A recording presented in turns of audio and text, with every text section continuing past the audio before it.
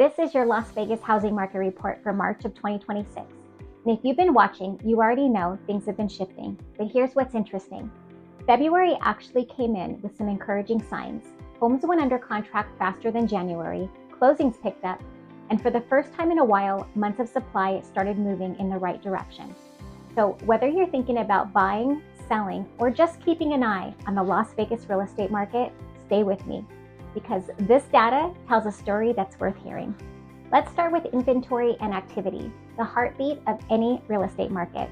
Right now, there are 8,443 total homes available in the Las Vegas housing market. That's single-family homes, condos, and townhouses combined.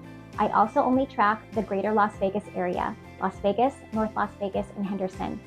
Compare that to January, and inventory is basically flat. So it didn't grow much at all month over month. And here's why that's actually interesting. New listings coming to the market dropped almost 7% from January to February. Fewer homes came on, but inventory barely moved. That tells me demand absorbed a meaningful chunk of what was available. And the demand numbers back that up.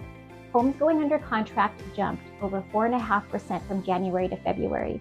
New escrows, meaning homes that got accepted offers, shot up 24% in 1 month. Single-family homes, new escrows alone were up 29%. That's a meaningful surge in buyer activity, and I'd bet a lot of it is tied to the interest rates dipping below 6%.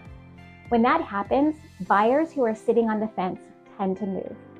Closings were up too, 15% more closed sales in February versus January. That momentum heading into spring is real. And here's where we need to keep some perspective. Year over year, this market looks way different. There are nearly 19% more homes available today than there were in February of last year. New escrows are down significantly, more than 42% compared to last February, and closings also down about 8.5%.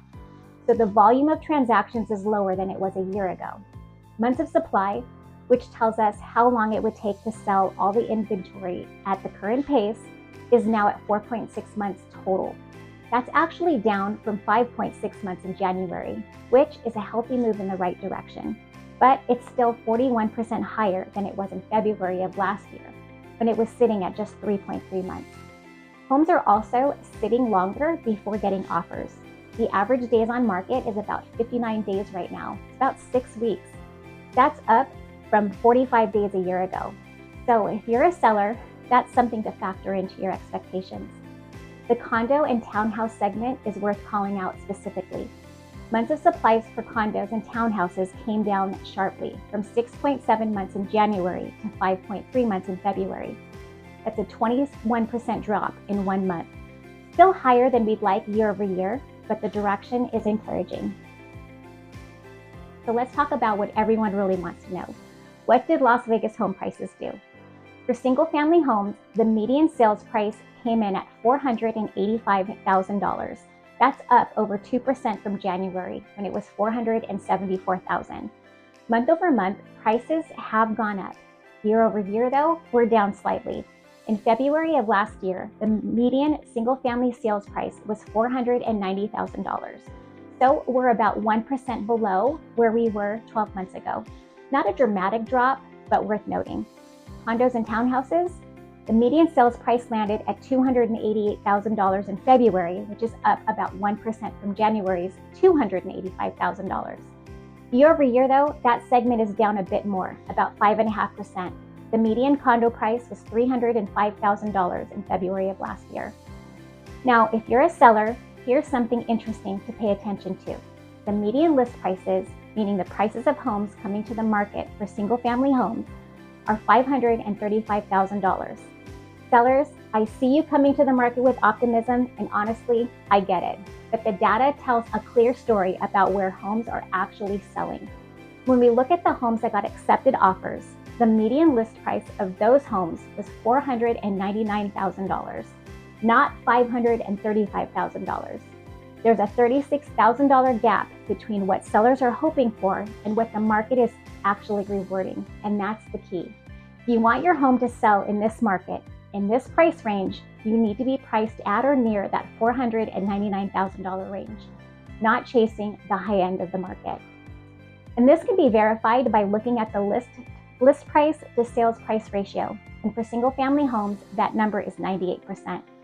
That means sellers are getting very close to their asking price, as long as their asking price is in the right zone. It reinforces the importance of pricing correctly from the start. So here's my thoughts and how I'm reading the Las Vegas real estate market right now. February showed up. Buyer activity picked up, closings were strong, months of supply came down, and that's not noise. That's early spring momentum kicking in. And if the interest rates stay anywhere near or below the 6%, I think we're going to see that activity going forward into spring. And here's the reality if you're selling. You have more competition than you did last year. There are 20% more homes on the market compared to February of 2025. Buyers have options and they're taking their time. Homes are sitting on the market about 6 weeks before getting an offer. And in this environment, pricing strategy is everything. You're not competing against the market of 2 years ago. You're competing against 8,400 other listings. The sellers winning right now are the ones who price to where the market is actually transacting, not where they hope it is. So if you're buying, I actually think this is one of the better windows we've had in a while. You have inventory, lower interest rates, and you have some negotiating room. And if rates dip further, the competition for homes will heat back up. So getting in before the full spring rush could be a smart move. That being said, is it a good time to buy a home in Las Vegas? Based on what the data is showing me, with inventory up, prices off their peak slightly, lower interest rates, and seller concessions available, for most buyers, yeah, I think it is. So the Las Vegas real estate market is in a transition phase right now. We're not crashing, we're not booming, it's recalibrating. And that actually creates real opportunity on both sides of the transaction if you understand the data and position yourself correctly. So if you're wondering how this market can work in your favor, reach out to me. Whether you're buying or selling or just trying to make sense of the numbers, I'm here to help you navigate it. Questions or comments? Leave them below. I read every one. Oh, and if you're still here, thank you, and check out this quick video tour of a stunning home in Green Valley. Thanks so much for watching.